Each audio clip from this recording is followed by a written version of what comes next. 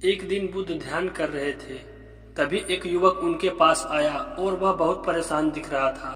बुद्ध ने उससे परेशान होने का कारण पूछा।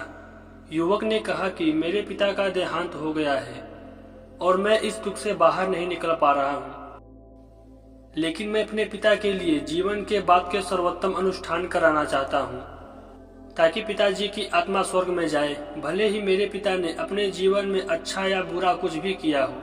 इसीलिए मैं आपके पास अनुरोध के लिए आया हूँ। कृपया मेरे पिताजी के लिए जीवन के बाद के अनुष्ठान करें ताकि उनकी आत्मा स्वर्ग में प्रवेश कर सके और वहाँ निवास कर सके। बुद्ध ने कहा, ठीक है, 2 मिट्टी के बर्तन, कुछ कंकड़ और मक्खन लाओ।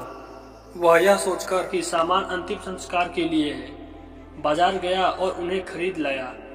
बुद्ध ने कहा, एक बर्तन में कंकड़ और एक बर्तन में मक्खन भरकर इसको सील कर दो। फिर जाकर दोनों घड़ों को पास के तालाब में गिरा दो। युवक ने वैसा ही किया और दोनों घड़े नीचे तक डूब गए। बुद्ध ने कहा, अब उन्हें डंडे से तोड़ दो। युवक ने कड़ा प्रहार किया और घड़े को तोड़ दिया। एक बर्तन से मक्खन सतह पर तैरने लगा और दूसरे बर्तन के कंकड़ नीचे बस गए। तब बुद्ध ने कहा, अच्छा, मैंने इतना किया है, अब अपने सभी पुजारियों को बुलाओ और उनसे प्रार्थना करने के लिए कहो ताकि मक्खन नीचे गिर जाए और कंकड़ सतह पर तैरने लगे। युवक चौंक गया और पूछा, यह कैसे संभव है? कंकड़ पानी से भारी होता है और वे केवल तल में ही रहेंगे, जबकि मक्खन पानी से हल्का होता है और यह केवल तैरता रहेगा। अतः इसके विपरीत करना प्रकृति के नियम के विरुद्ध है। बुद्ध ने कहा, युवक, आप प्रकृति के नियम को अच्छी तरह समझते हैं, लेकिन आप भूल जाते हैं कि यह सभी पर लागू होता है। अपने पूरे जीवन में यदि आपके पिता ने कंकड़ की तरह भारी गलत काम किया है तो वह नीचे जाने के लिए बाध्य है और कोई भी उसे नहीं उठाएगा।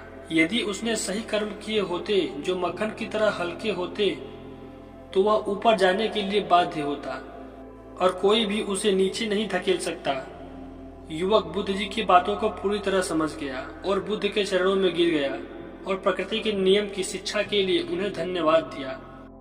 इस कहानी से हमें यह प्रेरणा मिलती है कि जीवन में हम जो कुछ भी अच्छा या बुरा करते हैं वो हमें वापस मिलने वाला है। यही कर्म का नियम है। इसे कोई बाहरी ताकत नहीं बदल सकती। जब तक हम जीते हैं हमें अपने दैनिक जीवन में केवल अच्छी चीजें ही करनी चाहिए, अर्थात जो बोओगे वही काटोगे।